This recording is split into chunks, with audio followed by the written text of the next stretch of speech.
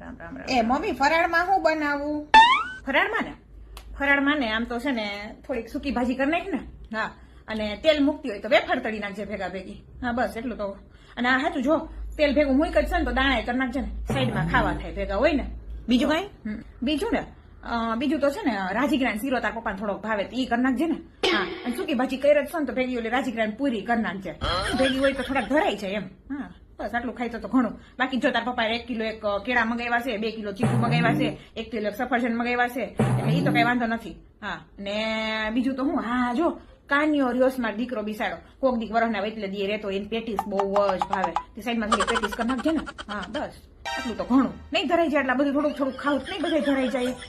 એક કામ કરીને અત્યારે 11 વાગ્યા ને, હજી તો રાંધવાની વાર છે ને કલાક એકની. હા તો મને 2 ગ્લાસ ચીકુનું જ્યુસ કરીને દઈ જા ને.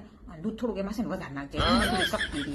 હમણાં મોયરે તું બહુ જ રહેતી, હમણાં કેદીની રહી નથી ને તે રહી નથી શકતી. હું હા 2 ગ્લાસ ખાલી કરીને દઈ જા, પી લઈશ ને નીરજમાં.